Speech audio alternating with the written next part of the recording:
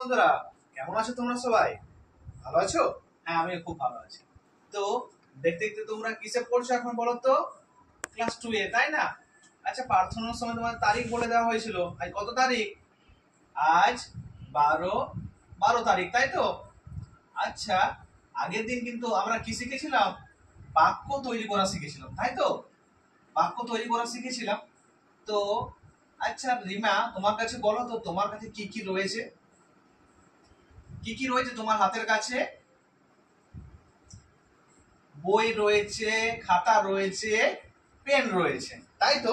তাহলে আগের ক্লাসে আমরা কি করে শিখেছিলাম? বাক্য তৈরি করা শিখেছিলাম, তাই তো? কিন্তু দেখো, বাক্য তৈরি করা শিখেছিলাম। তাহলে এটি একটি বই, এটা যদি আমরা বলি, ইংলিশে যদি বলি বা ট্রান্সলেট অনুবাদ করে বলি, তাহলে কি হবে?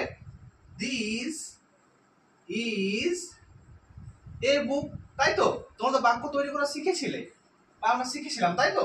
আমি তোমাদের জানিয়েছিলাম যে কিভাবে বাক্য তৈরি করতে হয়। আচ্ছা, এরপর বলো, তোমার কাছে কি রয়েছে? জল বোতল রয়েছে না? খুব সুন্দর, তোমাকে জল রয়েছে। তাহলে এটি একটি জল বোতল, এটা যদি আমরা ট্রান্সলেট অনুবাদ করি তাহলে কি হবে? This is a bottle. Good, this is a bottle, তাই তো?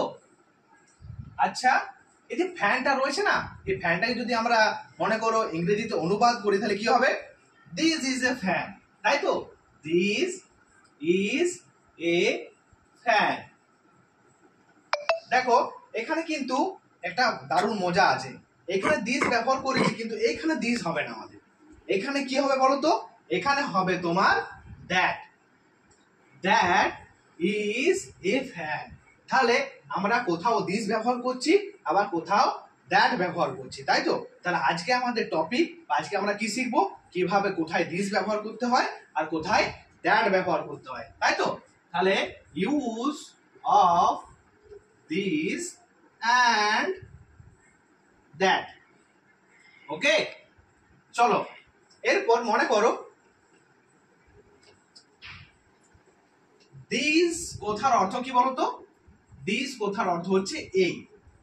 আর এই দিস আমরা কখন ব্যবহার করব? যেসব জিনিস আমাদের কাছে থাকবে, ঠিক আছে?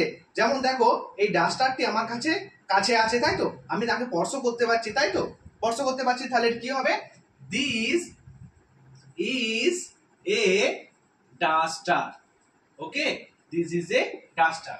কিন্তু এই যে দেখো, ওই জানলাটা রয়েছে, জানলাটা কি আমরা স্পর্শ করতে পারছি? বা আমাদের কাছে আছে কি? আমাদের থেকে দূরে আছে, তাই তো? কিন্তু তাহলে এই দূরের জিনিস বোঝাতে গেলে আমরা কি ব্যবহার করব? দ্যাট। দ্যাট কথার অর্থ কি বলতো? দ্যাট কথার অর্থ হচ্ছে ওই, ঠিক আছে? তাহলে এই দিস কথার অর্থ এই, যেটা আমরা কি জন্য ব্যবহার করব? কাছের যে জিনিস থাকবে তাকে বোঝানোর জন্য আমরা দিস ব্যবহার করব। আর এই দ্যাট কখন ব্যবহার করব? যখন কোনো আমাদের থেকে দূরে জিনিস থাকবে, তাই তো?